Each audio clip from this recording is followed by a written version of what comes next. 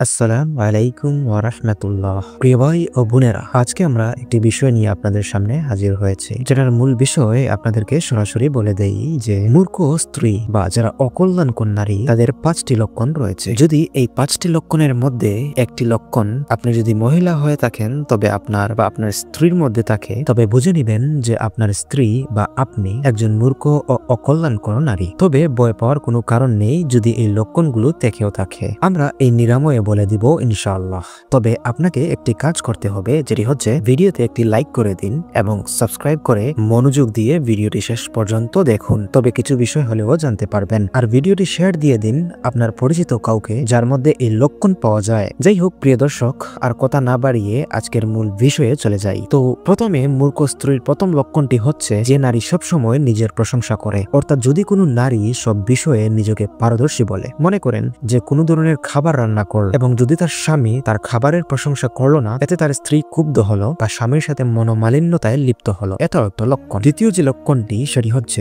কাজ কম করে এবং বড় বড় কথা বলে। মূর্খ নারীর তৃতীয় লক্ষণটি হচ্ছে যাদের ধৈর্য একেবারেই কম, অল্পতেই রেগে যায়। 4 নম্বর যে বিষয় সেটি হচ্ছে সব কথা বিশ্বাস করে ফেলে ও সত্যকে জানার একদমই চেষ্টা করে না। মিথ্যা কোনো বিষয় হলে যদি সে শুনে তার বিশ্বস্ত লোকের কাছ থেকে এবং সে বিশ্বাস করে নেয়, এটাও একটা লক্ষণ। 5 তথা শেষ লক্ষণটি হচ্ছে ভুল থেকে শিক্ষা না নিয়েই একই ভুল বারবার করা। তো প্রিয় দর্শক, এর একটি লক্ষণ যদি আপনার স্ত্রী বা আপনি যদি বিবাহিত মহিলা হয়ে থাকেন তবে আপনার মধ্যে থাকে, তবে আপনি মূর্খ স্ত্রীদের অন্তর্ভুক্ত। যাই হোক, এইসব ব্যাপারে আল্লাহই ভালো জানেন। পরিশেষে যদি এগুলো থেকে নিরাময় পেতে চান তবে কমেন্ট করে জানান। আমি কুরআন সুন্নাহের আলোকে এর নিরাময়ে আরেকটা ভিডিও নিয়ে আসবো ইনশাআল্লাহ। ততক্ষণ পর্যন্ত আপনারা ভালো থাকবেন, সুস্থ থাকবেন।